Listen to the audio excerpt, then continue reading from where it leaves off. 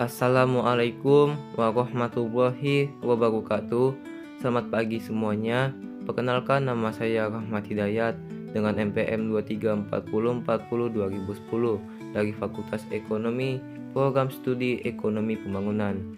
Di sini saya akan membahas tentang mendesain teks proposal kegiatan dan teks proposal penelitian.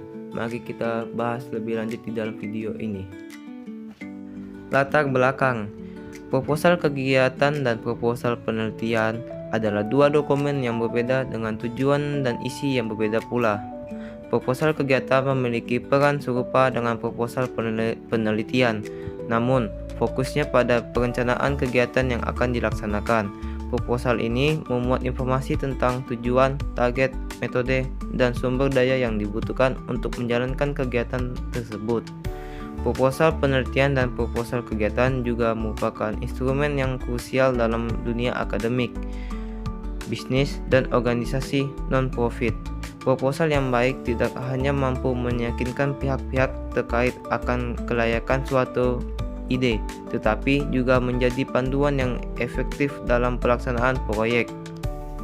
Mendesain proposal penelitian dan proposal kegiatan bukanlah sekedar mengumpulkan informasi dan menyusun dalam format tertentu.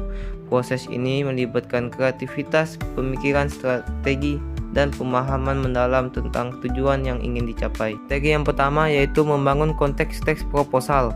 Proposal pada dasarnya adalah sebuah usulan, rencana, atau tawaran, akan tetapi kini kata proposal lebih sering digunakan daripada ketiga kata yang lain itu. Dalam bahasa Indonesia atau Kamus Bahasa Indonesia atau KBBI memberikan makna proposal sebagai rencana yang dituangkan dalam bentuk rancangan kerja. Proposal penelitian atau proposal kegiatan dinyatakan layak apabila dirancang dengan baik dan mengikuti kelaziman yang telah disepakati dalam tradisi akademik di Indonesia. Proposal harus disusun dengan secara objektif, sistematis, dan terancang dalam mengeksplorasi masalah serta harus diungkapkan secara akurat dan berterima dalam hal gaya penulisnya. Yang pertama terkait dengan isi dan yang kedua terkait dengan formulasi bahasa. Materi yang kedua yaitu menelusuri dan menganalisis model teks proposal. Terdapat dua jenis model teks proposal. Yang pertama, menelusuri model teks proposal penelitian.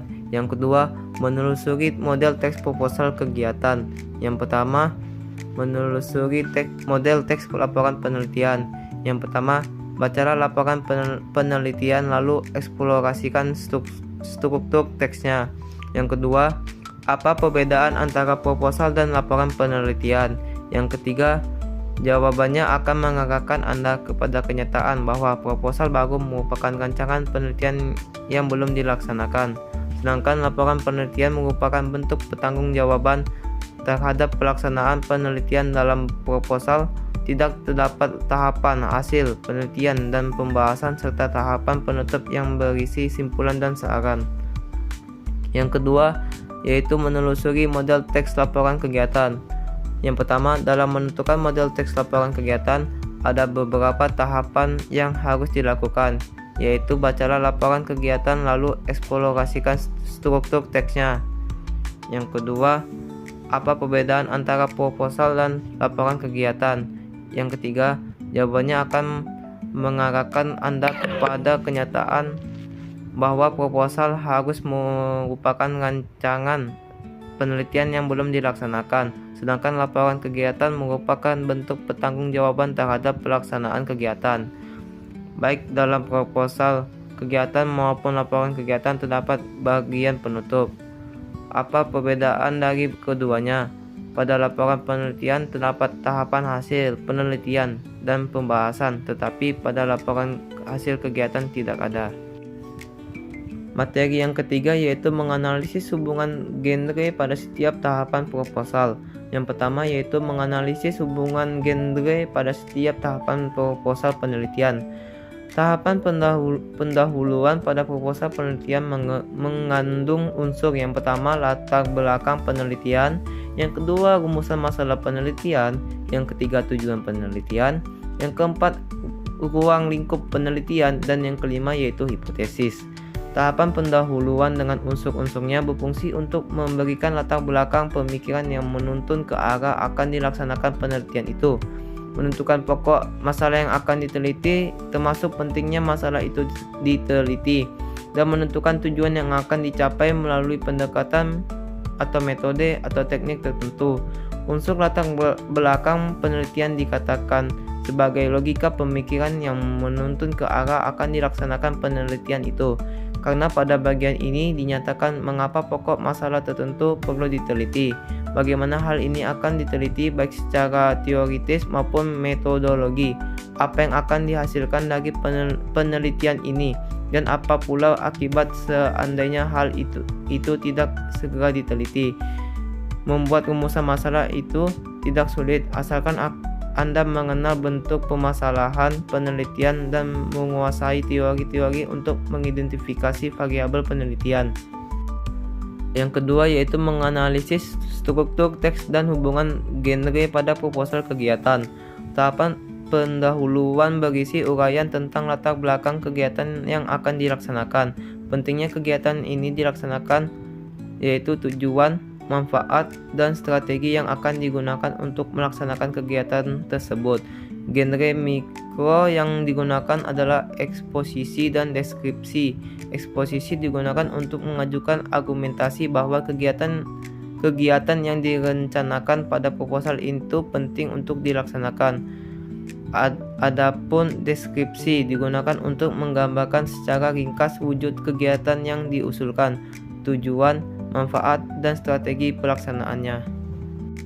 Materi yang keempat, menganalisis formulasi bahasa pada proposal, manfaat proposal, dan pihak yang diberi proposal. Yang pertama yaitu menganalisis formulasi bahasa dalam proposal. Bahasa proposal banyak diwarnai oleh penggunaan modalitas akan, kata yang setaraf dengan akan yang ingin, tetapi kedua kata itu mengandung perbedaan. Kata akan berorientasi kepada hal dituturkan, sedangkan kata ingin berorientasi kepada diri penutur. Perbedaan orientasi ini mengisyaratkan bahwa kata akan terkesan lebih objektif, sedangkan kata ingin terkesan lebih subjektif. Bahasa proposal banyak mengandung makna keakanan. Bahasa yang demikian menggambarkan bahwa penelitian atau kegiatan yang dimaksud belum dilaksanakan, tetapi dirancangkan untuk dilaksanakan. Dengan demikian, proposal dibuat dengan formulasi bahasa khusus yang antara lain ditandai oleh makna keakanan tersebut. Bahasa proposal mengandung makna keakanan. Bahasa yang demikian menggambarkan bahwa penelitian yang dimaksud belum dilaksanakan, tetapi direncanakan untuk dilaksanakan. Yang kedua yaitu menganalisis manfaat penyusunan proposal. Proposal penelitian atau proposal kegiatan merupakan rancangan bahwa sebuah penelitian atau kegiatan akan dikerjakan. Proposal dapat memandu arah yang akan dituju oleh penelitian. Proposal merupakan rangkaian yang tidak dapat dilepaskan dalam penelitian atau kegiatan yang dirancang. Dari proposal dapat kita ketahui apakah penelitian itu yang akan dilakukan itu terencana dan terukur dengan baik dan benar. Yang ketiga yaitu menganalisis pihak yang diberi proposal. Proposal relatif harus memenuhi pihak-pihak yang menerima proposal, seperti proposal penelitian, proposal yang akan diserahkan kepada dosen pembimbing, dan program studi atau petugas administrasi untuk keperluan pengarsipan. Maka proposal harus betul-betul bagus secara akademik agar pembimbing Anda menyetujui. Apabila proposal penelitian ditunjuk kepada sponsor sebagai penyandang dana, tentu saja proposal itu harus memenuhi kriteria yang ditentukan oleh sponsor tersebut. Pada konteks ini, Anda harus membuat proposal yang memenuhi harapan pembimbing dan sponsor sehingga proposal Anda dapat disetujui untuk direalisasikan. Kelima yaitu membangun teks proposal secara bersama-sama. Pada bagian ini, kita diajak untuk menyusun teks proposal secara bersama-sama dengan mencermati isi teks, struktur teks, hubungan antara genre makro dan genre mikro, serta karakteristik bahasanya. Anda diminta untuk mengerjakan dua macam tugas. Yang pertama yaitu Anda akan menyusun teks proposal berdasarkan teks proposal yang sudah ada. Dan yang kedua, Anda akan menyusun teks proposal dengan melibatkan dukungan dari luar. Pada tugas yang pertama, Anda merekonstruksi teks proposal. Sedangkan yang pada tugas kedua, Anda akan menyusun teks proposal baru dengan memanfaatkan bantuan dari berbagai pihak. Yang pertama yaitu merekonstruksi teks proposal. Kegiatan ini Anda lakukan berdasarkan teks proposal yang sudah ada, baik proposal penelitian maupun proposal kegiatan. Pada dasarnya, merekonstruksi teks proposal adalah menyusun ulang teks tersebut dengan cara yang berbeda. Cara yang dapat ditempuh yang pertama yaitu tentukan teks proposal yang akan Anda rekonstruksi. Kedua, bacalah teks proposal itu dengan teliti dan pahamlah struktur teks beserta isinya. Yang ketiga yaitu ringkaslah tahapan demi tahapan pada struktur teks itu dengan kalimat Anda sendiri, tetapi tidak mengubah isinya dan genre mikro yang ada. Yang keempat yaitu rangkailah ringkasan dari setiap tahapan itu menjadi satu kesatuan. Yang kelima, sebelum dianggap sebagai kesatuan ringkasan akhir, periksa kembali apakah rangkaian ringkasan itu sudah Anda susun dengan bahasa Indonesia yang baik dan benar. Yang keenam dan yang terakhir, kesatuan ringkasan akhir yang telah diperiksa ulang itu adalah rekonstruksi yang Anda hasilkan. Yang kedua yaitu menyusun teks laporan yang baru. Proposal yang akan Anda susun meliputi proposal penelitian dan proposal kegiatan. Proposal penelitian atau proposal kegiatan yang akan Anda susun itu milik Anda sendiri, tetapi dalam proses penyusunannya Anda masih mendasarkan diri pada model yang sudah ada. Yang keenam yaitu membangun teks proposal secara mandiri. Teks proposal penelitian dan proposal kegiatan secara mandiri adalah rencana kerja yang ditulis secara sistematis, terperinci, dan formal mengenai rancangan suatu kerja atau kegiatan. Teks proposal berisi mengenai program kerja dan bagaimana teknis pelaksanaannya. Proposal bertujuan untuk mendapatkan persetujuan atau tujuan tertentu dari pihak yang berkepentingan. Proposal ini berisi tentang gambaran singkat penelitian, latar belakang, maksud, dan tujuan, alasan mengapa isi atau topik terus diangkat, waktu yang dibutuhkan, lokasi penelitian, dan lain sebagainya. Yang pertama yaitu membuat rangkuman. Rangkuman teks proposal secara mandiri melibatkan kemampuan untuk menyimpulkan secara singkat dan padat isi dari proposal yang telah ditulis. Yang kedua yaitu membuat tugas dan proyek tentang teks proposal. Yang pertama tugas. Tugas ini merupakan langkah-langkah konkret yang akan dijalankan untuk mewujudkan ide atau rencana yang diusulkan dalam proposal. Tugas-tugas ini harus didefinisikan dengan jelas dan terukur sehingga dapat dipantau dan dievaluasi secara efektif. Tugas teks proposal adalah meyakinkan pihak penerima proposal bahwa ide atau usulan yang diajukan layak untuk dipertimbangkan dan berpotensi untuk dijalankan. Yang kedua yaitu proyek. Proyek merupakan inti dari proposal karena menggambarkan secara detail apa yang akan dilakukan untuk mencapai tujuan yang telah ditetapkan.